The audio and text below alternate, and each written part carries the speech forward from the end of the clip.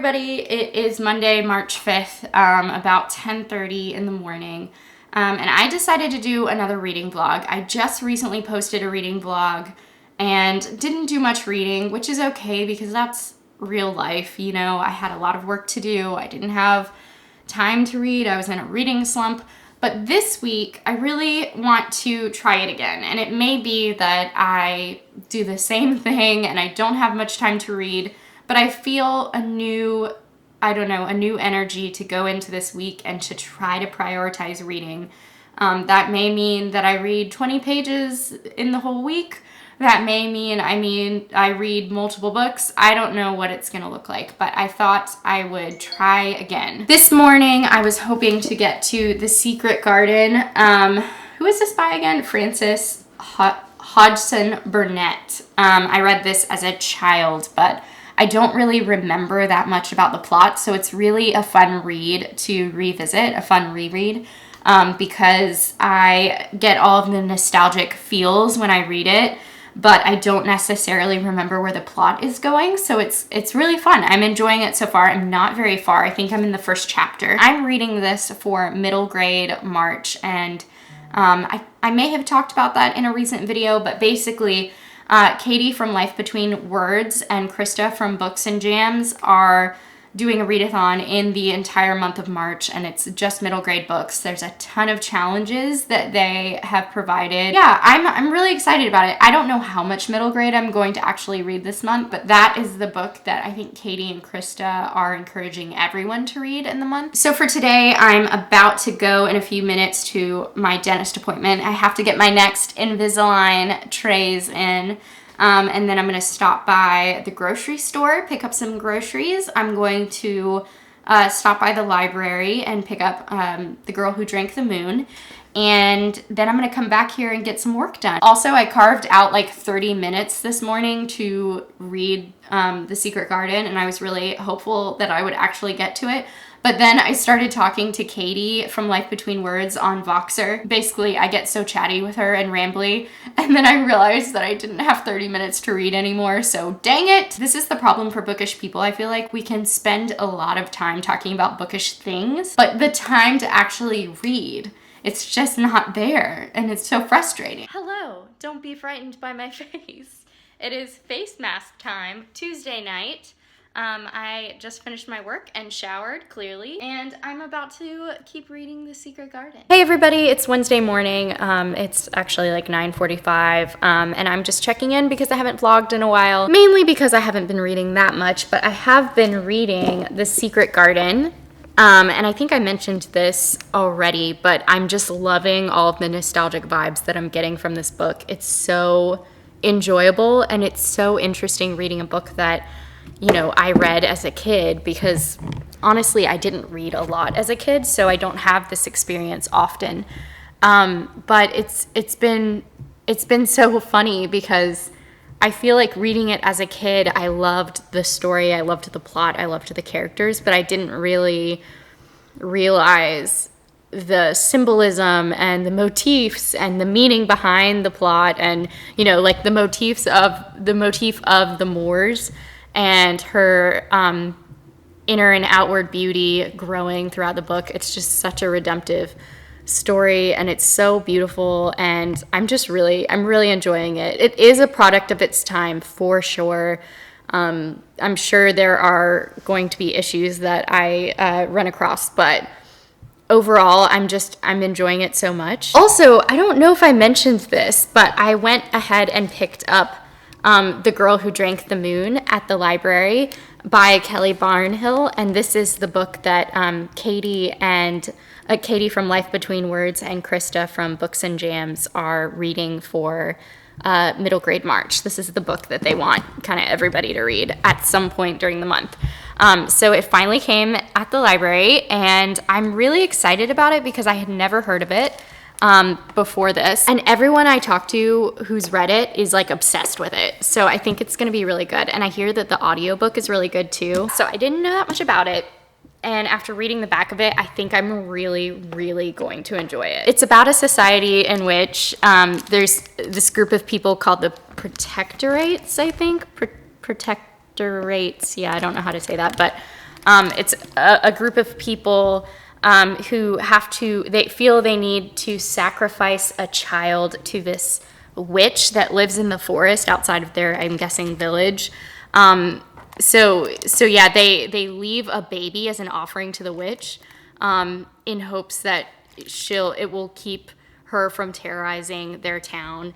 And I guess the book already tells you go into it knowing that the witch is actually a kind witch, and she ends up kind of caring for the children and rescuing them in some way. And I guess our main girl here, who, let me see if I can figure out her name, Luna, she kind of has special powers. And the reason for that is because the witch, when she rescues the children, she delivers them to families on the other side of the forest, kind of like a foster care sort of situation. And she nourishes the babies with starlight on the journey. So there's a little bit of magic involved. And then one day there's an accident and she actually feeds a baby moonlight instead of starlight, which fills Luna, the child, with extraordinary magic. And so she figures that she might as well raise Luna by herself, the witch. And so it's kind of a story about their, I'm guessing, relationship. And on Luna's 13th birthday, her magic starts to kind of kick in. And I guess there's also a guy in the town who's a member of the Protectorate, who's determined to free his people from the witch, and so he wants to kill her.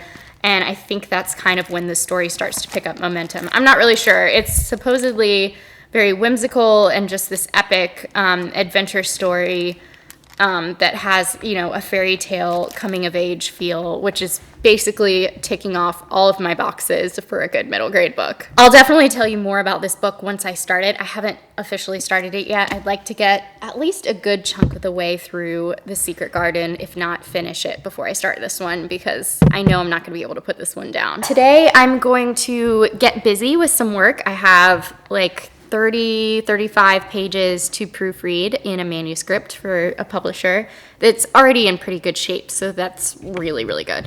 And then I have some articles or reports to edit for one of the businesses I work with.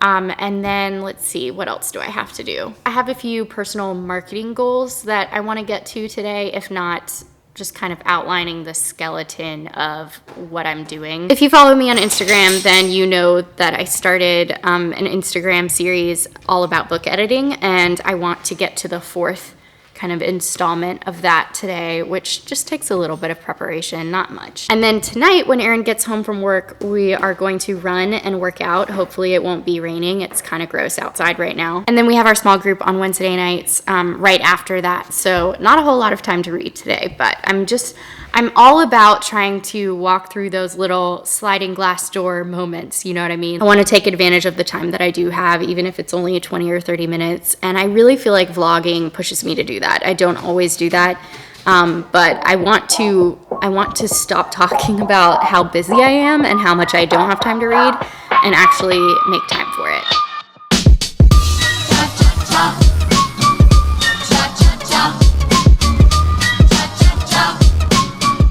Hello, it's about 4 o'clock on Wednesday, and I finished my work early, which never happens.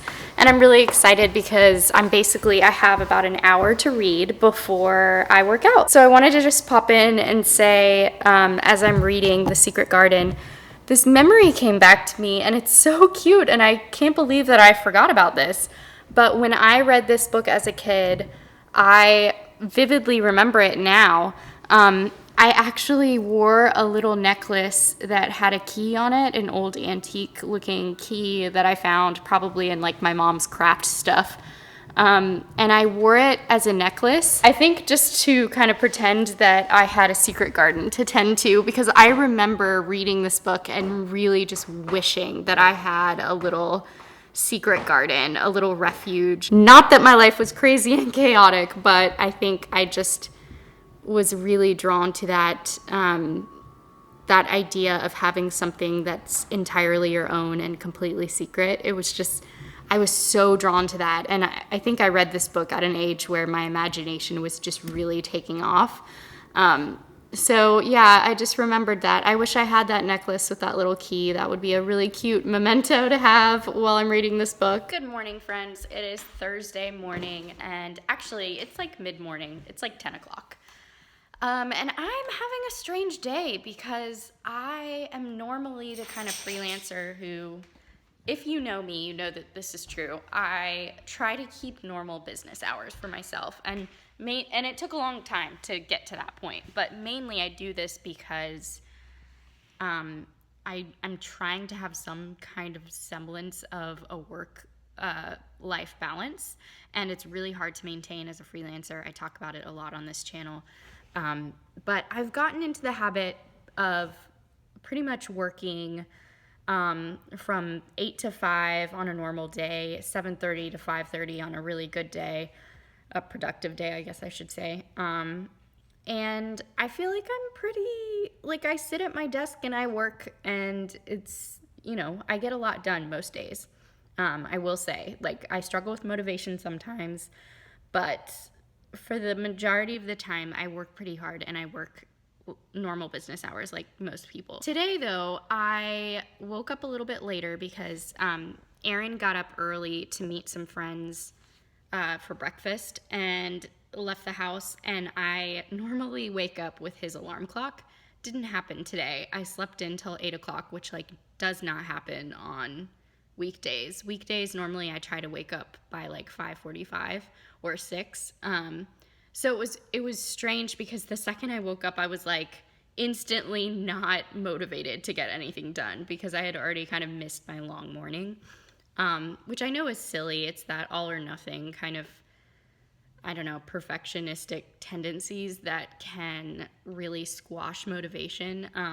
If you mess one thing up, you shouldn't continue on. It's a stupid mindset, but sometimes I fall into that trap. But then I looked at my to-do list for the day, and I've kind of, since I've started blocking out a couple months in advance with my editorial work, I'm able to kind of go through all of my projects a month before and say, okay, I need to edit this many pages for this project to complete this project by the deadline.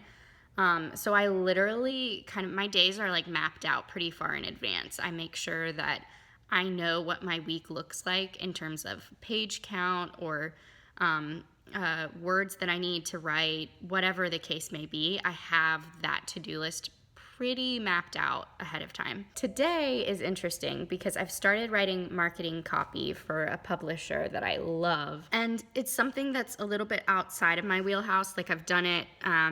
I've done it occasionally. It's not a normal day for me. It's going to become a part of my everyday schedule because I'm working with them on several different projects and basically coming up with the marketing content for almost all of the titles that they produce, which is exciting, and I feel like it's a great way to expand my business, and I've done this in the past, but this is more consistent work. And I'm always surprised by how writing is so different from editing. The mental space that you have to be in to start a writing project, I don't know, I really struggle with procrastination, and I struggle with that paralysis feeling right before you start, because for me, editing is so normal. I can get into that mind space so quickly, and for writing, it's just, I think I rely a little bit on those spurts of creativity, which is something that I don't know, I think it gets better with practice. I've had full-time copywriting jobs where I've had to pump out 7,000 words of content a day. And, when you have that, when you have those responsibilities, those tasks, your capacity for creativity changes. You can quickly get into a groove and a good rhythm. I really believe that if you're a writer of any kind, you can adjust. Anyway, I'm rambling. All that to say, I have two things that are similar for two different projects that I need to do today and tomorrow, kind of full day kind of work. But because this month is interesting, I have the last week of the month, I have more availability than this week, for instance. So basically all that to say, I think that I'm going to move my days around a little bit so that I don't have to work on this project today. And I know that this is procrastination, but I also know that I never do this. Not that I don't procrastinate, but because I can kind of move my days around, I think it's gonna be fine. So I think I'm gonna be like a typical freelancer right now and actually not do a normal 8 to 5 kind of schedule today, and just kind of revel in that because I really never do this. And yeah, I think I'm going to spend today reading. I'm hoping to get to The Girl Who Drank the Moon, and I'm about halfway through The Secret Garden. So I think it's in here. So The Secret Garden, I'm halfway through. Yeah, I think I'm exactly halfway through. And I'm loving it so much. I knew that I was gonna enjoy it for the nostalgia factor, but I did not. I'm so pleasantly surprised by how wonderful this book is for people of all ages. I truly think that adults can read this, having never read it as a kid, and really enjoy it. And I forgot, it's just like, it's so enriching to think about just how she blooms and grows as a person, just like her garden. It's truly one of the best transformation coming of age stories in literature, and I absolutely understand why it's a classic. I also think that I picked the best time to read this book, like right before spring comes, maybe a couple of months before spring is actually here, in anticipation of spring. It's just the perfect time, and I did not even think about that when I started this book. It's the perfect March read. I'd like to finish this today and then get to The Girl Who Drank the Moon, which is over there. And I also wanted to go ahead and film a PageHabit unboxing because I do those on my channel a lot. And this month's, I still haven't gotten to it. I want to say that I picked the historical fiction genre this time. So yeah, I'm excited. Okay, so I have my PageHabit box right here. We're gonna do this quickly, and all of the info about PageHabit will be down in the description below. Okay, here we are. Dun, dun, dun, dun. Okay, there's a letter, which I'm gonna read last because I don't wanna spoil the book. So here is our PageHabit description of where my book is going. So every time you get a book to your doorstep, they send a book to a child in need, which is one of my favorite things about PageHabit. Sorry if you can hear Remus going crazy. He's like, I think he's watching a bird or a squirrel or something. He's sitting on the windowsill and just like freaking out. But anyway, so PageHabit has chosen to partner with Books for Africa to donate books to Ethiopia. That's very cool. The Atsi Caleb Elementary School, originally built by the Italians as a prison, is one such school serving the community for the past 68 years. Currently, there are 128 students, out of which 478 are female students from preschool up to 6th grade. A recent accidental fire incident in November 2016 destroyed 3/4 of the school. The community, determined to act so that this grave incident wouldn't shatter their children's educational future, joined hands to build modest classrooms using the limited personal resources they have. With your help, we will be able to make a meaningful donation to this community who needs us now more than ever, and help the girls of Ethiopia succeed. Oh my gosh, this might be my favorite one that I've read so far. Okay, next we have a bookmark. It says, "Sleep is good," he said, "and books are better." George R.R. Martin. Very cool. I'm not a Game of Thrones fan, but I really like this bookmark. Okay, I'm feeling something soft. Like, I don't know what this is. Let's see. Ooh, what is this? What? It's a toboggan. This is like my favorite bookish goodie I've ever received from a subscription box. It's a toboggan that says bookworm on it. Isn't that so cool? I love it.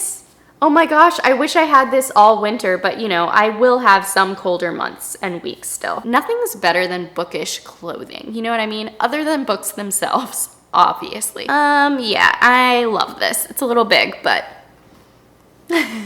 okay, moving on. We've got, it looks like one of those short story books that they do now. Let's see.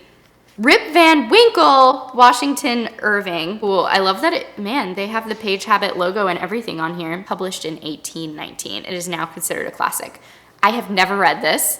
I'm very excited about this. I think it's really cool that they've started including short story collections in their boxes because it's not something that I seek out. Okay, something else. Maybe like a notepad or something. What is this? Kind of look like little matchbooks, which is gonna be really sad because this is a weird fact about me, you guys. I don't like lighting matches. I've only ever lit one in my entire life, so that's how extra I am. Oh my gosh, they're so cute. Okay, so they're these tiny little notebooks that say writer's block, and I have several of them. That's precious. I love it. All right, are we ready? Are we ready? I probably have never heard of it, but here it is. Oh my gosh, this cover. I don't even know what this is, but the cover is so beautiful. Song of a Captive Bird, a novel by Jasmine Darznik. And of course, my favorite thing about PageHabit is that there are annotations throughout the book that the author has included to provide an even more personal, intimate reading experience. And it's honestly my favorite thing. It's my favorite thing. Okay, I think it's time to read the letter from the author. It says, "Hello readers, I'm honored and thrilled to share Song of a Captive Bird with you. To me, Forg is one of the most fascinating figures of the 20th century. I hope I said that right, Forugh. A bold, brave woman who lived an authentic, exciting, and revolutionary life. I've spent years and years reading her poems and studying her life, and the more I learned about her, the more urgent it felt to share her story, to share the encouragement, wisdom, and inspiration she's given me. I hope you enjoy the novel and that you'll drop me a line after reading it." This is awesome. I obviously don't know who this person is that the book is about. And I love that going into it, I'm going to learn about somebody who has touched the lives of apparently many, many people. Okay, so it looks like it's going to be all about her life and the way that she's changed people through her poetry. I'm excited to dive into this. I love this one line. "This haunting novel uses the lens of fiction to capture the tenacity, spirit, and conflicting desires of a brave woman who represents the birth of feminism in Iran, who continues to inspire generations of women around the world." That's pretty amazing. Okay, so that is my PageHabit unboxing. Like I said, check all the links down below. You don't want to miss out if you're interested in this subscription service at all. I will say it's probably my favorite book subscription service. Anyway, okay, I'm going to go make a snack. Since this vlog is so stinking long, I'm sure, I'm probably going to end this part of the reading vlog here. So definitely stick around for part 2 of my reading vlog because I'm going to continue reading all the books. Thanks so much for watching my vlog and this PageHabit unboxing. I hope to see you all very, very soon. Bye.